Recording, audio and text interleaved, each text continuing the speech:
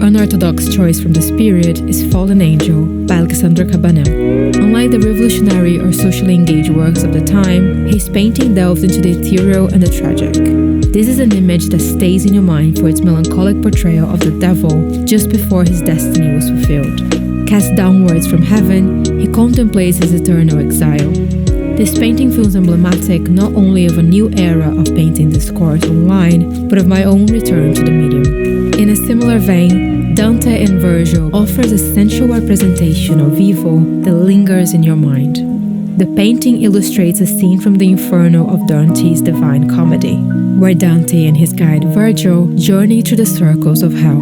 The atmosphere is charged with emotional intensity as they witness two damned souls locked in eternal combat, their beauty starkly contrasting with the torment they endure. Moving from the mythic to the real, one of the greatest paintings on this list is Gustave Courbet's The Burial à Ornans. This monumental work challenges the conventions of traditional, religious, and historical paintings by turning its focus to a common man's funeral. This was Courbet's birthplace of Ornans, and he treats the scene with stark realism and restraint. There's no adornation, drama, or excess. It is precisely how ordinary the scene is that makes it so strong. Courbet rejects the idealized depictions of figures that characterize academic art at the time, instead opting for an emotionally distant composition. He allows the scene to speak for itself, and by doing so, he reflects on the insignificance of the human drama. The absence of sentimentalism in the painting forces the viewer to confront the inevitability and ordinariness of death. Dealing also with mortality is my next pick, The Death of Ophelia by John Everett Millais. This is a tragic representation of Ophelia from the Shakespeare play Hamlet. Capturing the moment after her death by drowning, the painting vividly portrays Ophelia's lifeless body floating in a stream. We can almost sense her internal world slowly fading away, peaceful yet distant, symbolizing the tension between the innocence she once embodied and the tragic fate that befell her. Moving from such deep emotional introspection, we turn our gaze to the mundane, yet not less powerful. The Luncheon on the Grass by Edouard Manet marks a dramatic shift in the art world, as Manet challenges traditional notions of beauty, morality, and the role of art itself in society. The painting depicts a picnic scene where two fully clothed men sit beside a naked woman. The contrast between her naked body and the man's formal attire was scandalous at the time, because it stripped the female nude from its mythological and allegorical function in favor of a mundane depiction. But my favorite thing about the scene is not how it revolutionized the nude, but rather Manet's visible, unfinished, and loose brushwork. His rough technique doesn't offend me. I actually enjoy the flatness of the light in the female figure and the lack of smooth finish around the edges. It calls to mind my next entry, The Ballet Class by Edgar Degas. This is a much more realized painting for sure, but it still carries the same spontaneity we just saw in Manet. The core triumph here is that he achieves a bliss spot. The guy is able to be loose and playful with his painting style without totally abandoning classical aesthetic principles. It's easy to get absorbed in the asymmetrical composition, the beautiful color palette, the soft light, the vivid brushwork. But what really makes this painting great is the Degas' intimate look inside the world of ballet. And maybe I am biased because I do ballet and have danced ballet since I was a little girl, but Degas' fascination with the unpolished reality behind the glamour we portray on stage is what makes this painting great. This love for the reality of dance reflects in the way he handles the paint. He paints ballerinas with a deep sense of humanity, their personalities seeping through the figure poses. He emphasizes the delicate nuance between the rigid discipline of our work and the outward, effortless image we want to portray when we dance. And the thing about paintings, we are constantly trying to get people, to portray them as truthful as possible in the canvas, to understand their world behind the facade, to not imprint truth, but to dig it from within the subject. And in the 19th century, painters embraced this pursuit with bold conviction. In Christ in the Desert, Ivan Kramskoy finds the deep humanity within the figure of Christ. This is a solemn, quiet painting that carries a big punch. According to the Bible, Jesus was tempted by the devil in the desert after fasting for 40 days and 40 nights.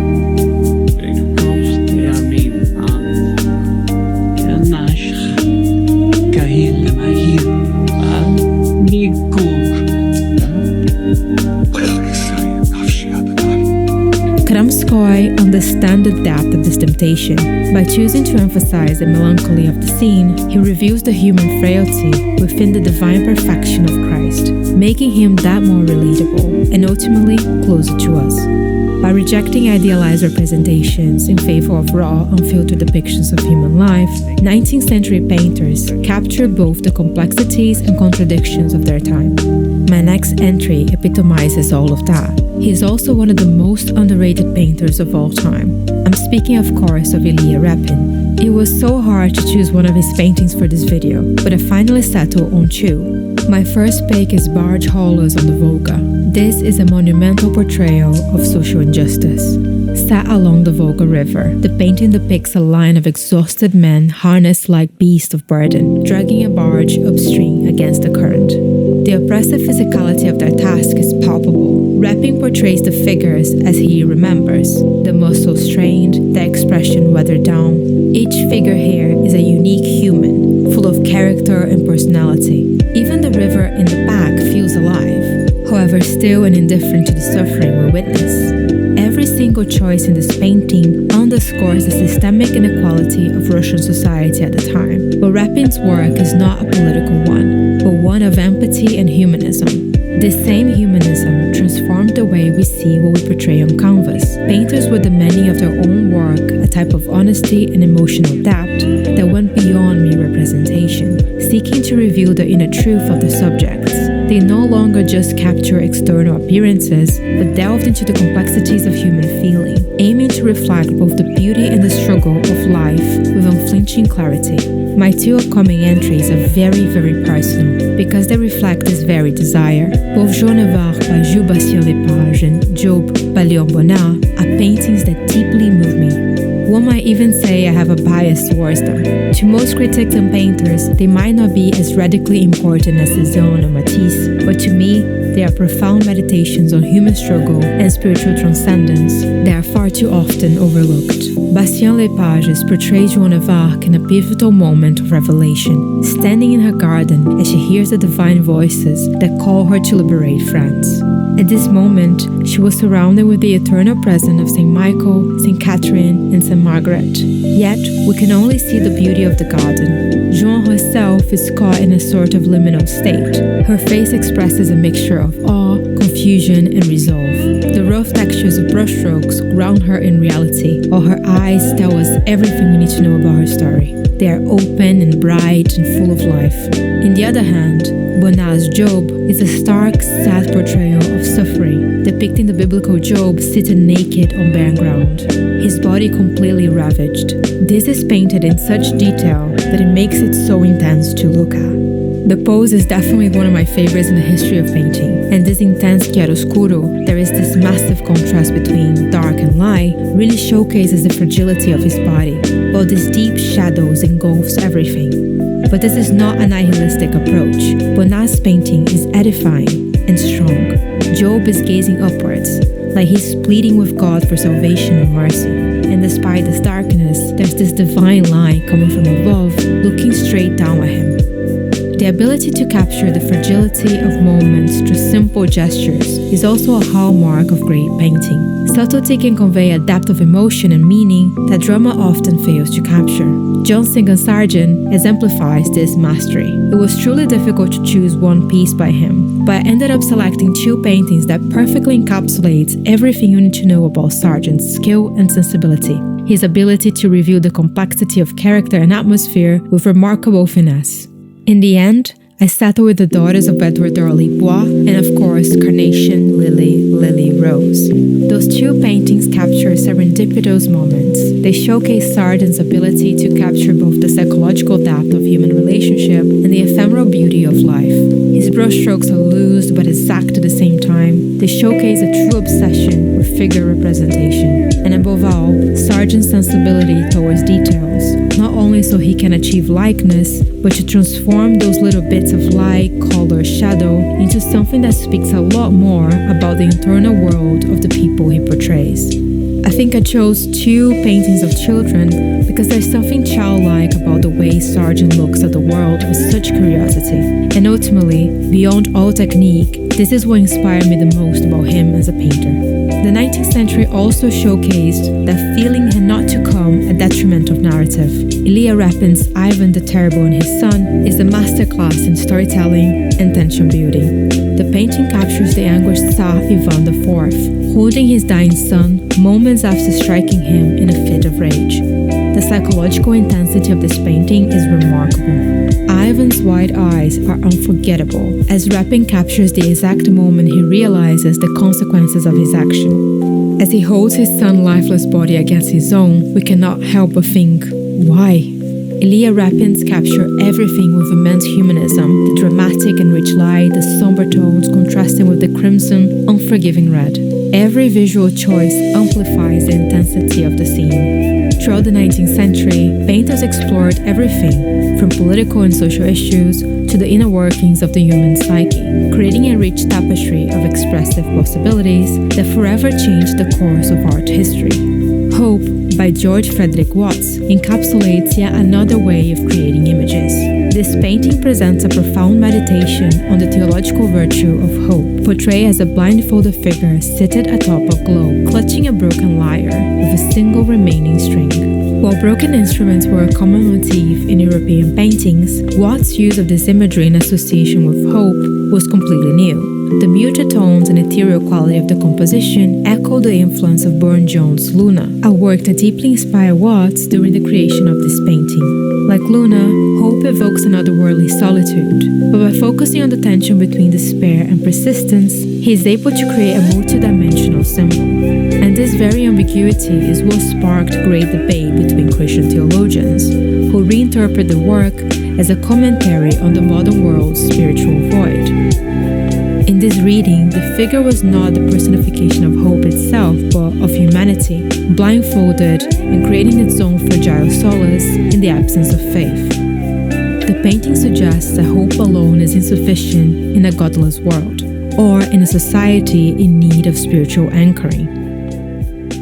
The thing is, there's something so melancholic about some of the best images produced in painting throughout the whole history of art. Max Lieberman's The Net Mender is no different. But what is so impactful about a group of Dutch women repairing fishing nets under a windy, relentless sky?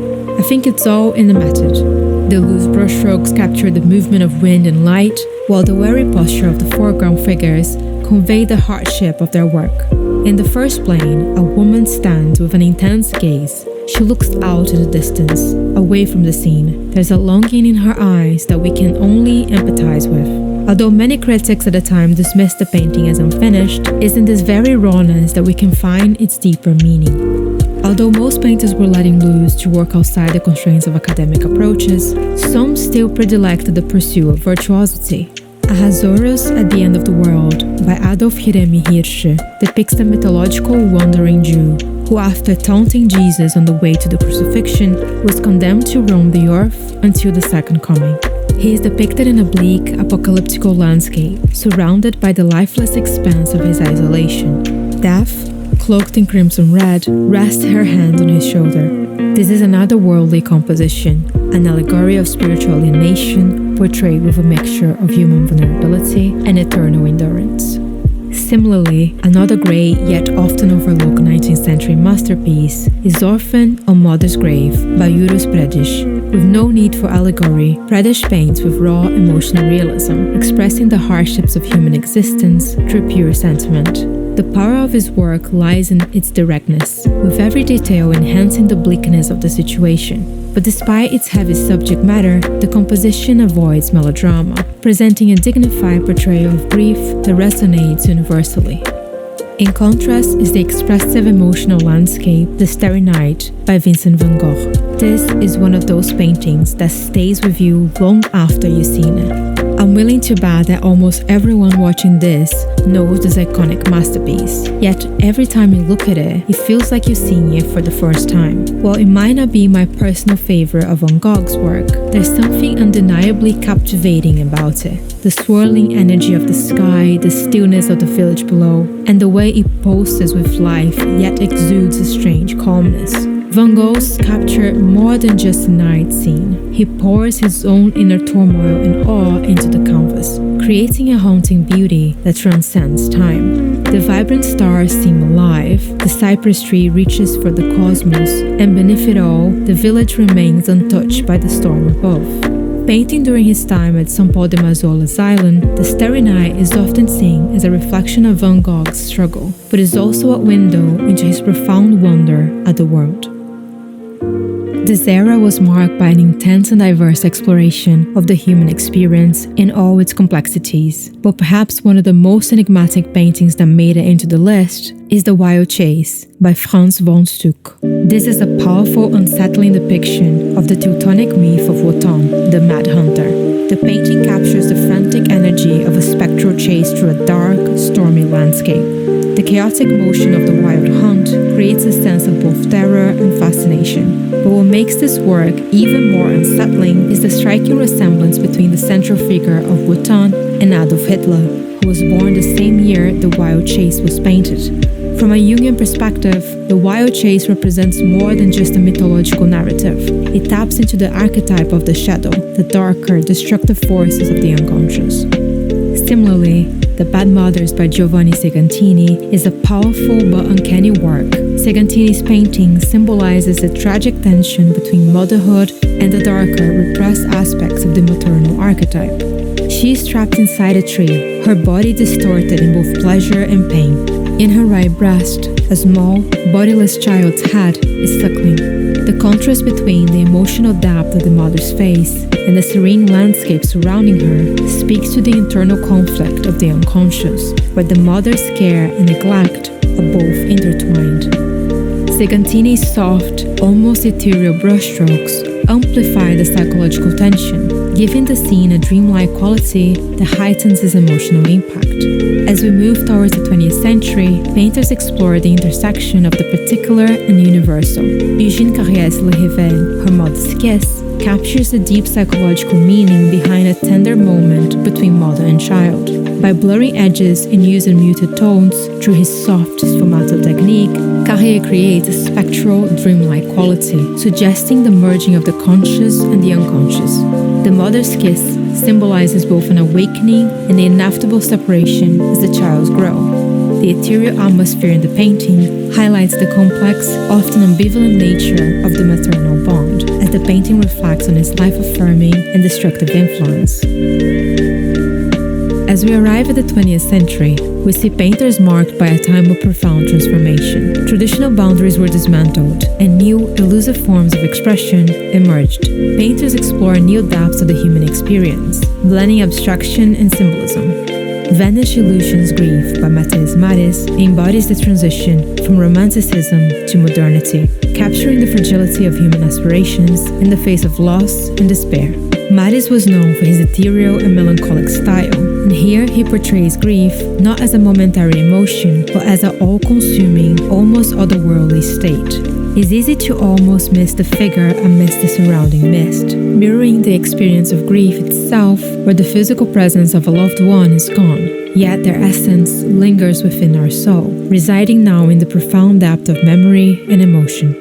Wilhelm Hammershøi interior Strandgate 30 also showcase a profound stillness, inviting the viewer into a world of pure introspection. Known for his mastery of light and muted palette, Hammershøi's depiction of an interior space is as much about absence as it is about presence. He paints innumerable variations of the same title, but this version is particularly poignant to me. The sparse furnishings, soft gray tones, and gentle light filtering through the window create a cold atmosphere. The emptiness of the scene is striking, yet it feels inhabited by a sense of life lived just beyond the frame. The interiors in his paintings are psychological spaces, reflecting an inner world of solitude and contemplation.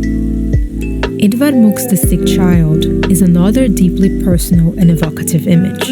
It exists in 6 painted versions and countless lithographs, dry points, and etchings, each a variation on the same poignant theme. Over 4 decades, Munch revisited this image, refining and reinterpreting it through different palettes, textures, and techniques.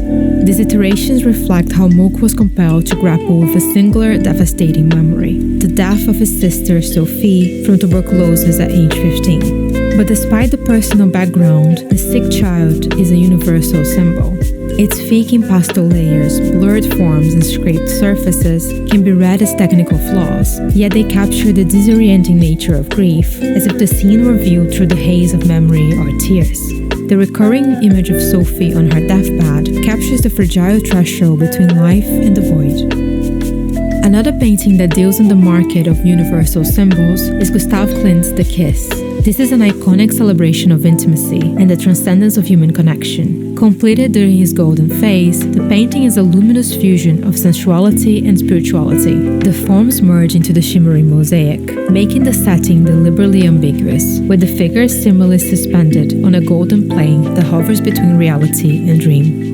My next entry might be quite controversial in some figurative painting circles, and I even surprised myself by adding it to this list. The thing is, I've never been a big fan of Henri Matisse. I always thought that his work was a bit juvenile, but there's something about the dance that I love deeply. This is a dynamic canvas. The painting features 5 oversimplified, almost abstract figures locked in a circle. Their dynamic poses evoke primal rhythms and the universal human experience of dance. It epitomizes Matisse's fullest commitment to bold colors and bold emotions. He completely abandons any sense of craftsmanship in favor of an aesthetic that was more associated to primitivism. The exaggerated flatness of the form usually really bothers me, but in the dance, even if for a moment, all is forgiven. Matisse is able to create a universal symbol, an image that despite its technical flaws, speaks deeply to a primal space in the human condition. But let's return to more sophisticated territories, where technique, idea, and emotion intertwine. Death and the Maiden by Marianne Stokes is quite a striking painting. The first time you see it, you already take in most of its meaning. It depicts a young woman encountering death.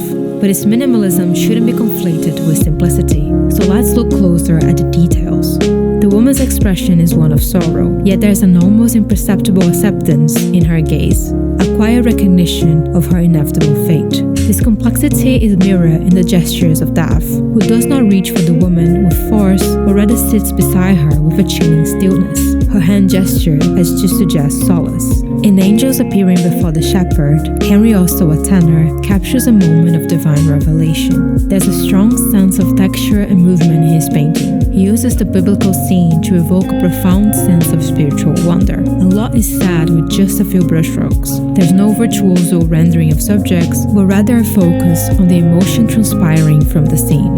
The same raw emotion is present in my next entry, A Tree in Late Autumn by Egon Schiele. Here he captures the stark essence of isolation through the depiction of a bare, twisted tree standing alone against a tumultuous sky. At just 21, Schiele had already begun to explore the deep connections between the external world and the inner states of the soul. The tree, stripped of its leaves and standing alone in the emptiness, becomes a symbol of human solitude, conveying an emotional way that transcends the natural form.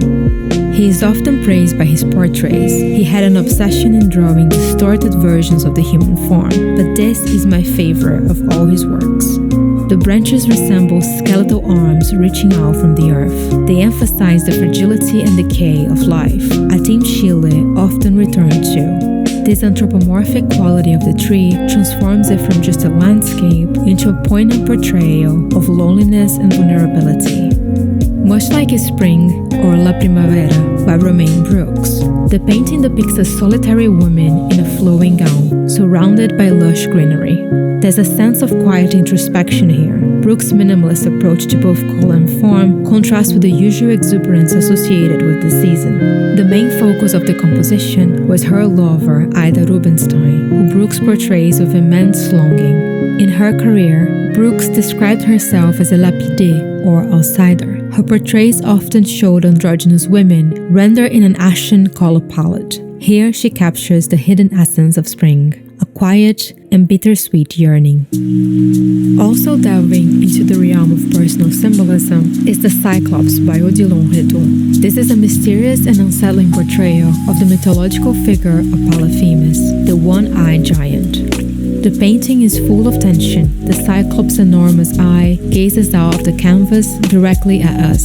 In hiding is the figure of Galatea, whose body exudes a sense of passive vulnerability. He seems to suggest that love is all-consuming, maybe even imposing on our human fragility. In direct opposition is Birthday by Marc Chagall, a painting that captures a surreal moment of joy and intimacy between the painter and his wife, Bella. The painting's whimsical composition shows Chagall floating above Bella as he kissed her, suspended in midair in a dreamlike scene. The lack of grounding in space and the bending of perspective enhances the intimate quality of the connection. The figures point to Chagall's desire to transcend the limitation of the physical world, creating an eternal atmosphere where love seems to exist outside of time and space. Moving to last fantastical spaces is In the Land of Russia, the People's Soul by Mikhail Nesterov. This painting embodies a deeply spiritual and nationalistic vision of Russian identity. Influenced by the changing politics of Russia, Nesterov captures a moment of collective anxiety and hope. It features a procession led by an invisible Christ, uniting figures from all walks of Russian life. From religious icons, young Bartholomew, to writers like Tolstoy and Dostoevsky, Nesterov reflects on the unity and spirit of the Russian people as they faced the impending revolution of 1917. Amidst Russians from all walks of life, blessed Vasily of Moscow, the Holy Fool, pleased to the skies. Although most of the great paintings of all times told stories, some works move beyond narrative to allow for the flow of life itself to create meaning. In Reflections of Clouds on the Water Lily Pond, Claude Monet masterfully captures the beauty of nature with his signature Impressionist style. The painting depicts a serene water lily pond, its surface reflecting the sky above. The loose, expressive brushstrokes allow light to dance across the surface, creating a dynamic effect.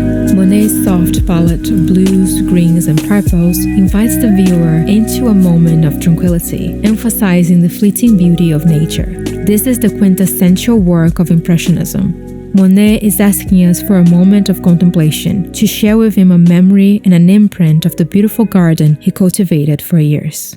Turning to a more introspective exploration of human connection, Magritte's The Lovers delves into the complexities of intimacy and alienation. The painting features a couple, their faces obscured by cloth as they kiss. The anonymity of the figures emphasizes the emotional isolation that can exist even within a close relationship. The dreamlike quality, coupled with the simplicity of the setting, further adds to the disquieting feeling of the painting. The use of cloth as a barrier becomes a metaphor for the emotional veils that can exist between two lovers, but it is also Magritte's own way of dealing with his traumatic past, as at the age of 13, he experienced the devastating loss of his mother, who was drowned in a nearby river. When her body was recovered, her face was partially covered by her nightdress, a haunting image that profoundly affected the young artist, and the recurring motif of obscure faces in his paintings suggests a subconscious exploration of this trauma. Dealing also in alienation is Hotel Room by Edward Hopper. Hopper is one of those few painters that successfully captures the isolation and emotional emptiness often felt in modern life. The painting depicts a woman seated on a bed, facing the floor in a dimly lit hotel room. There's an enormous sense of detachment between the scene and us, the viewers. Hopper's careful use of light and shadow creates a quiet, contemplative mood, drawing attention to the woman's isolation as she appears lost in thought, disconnected from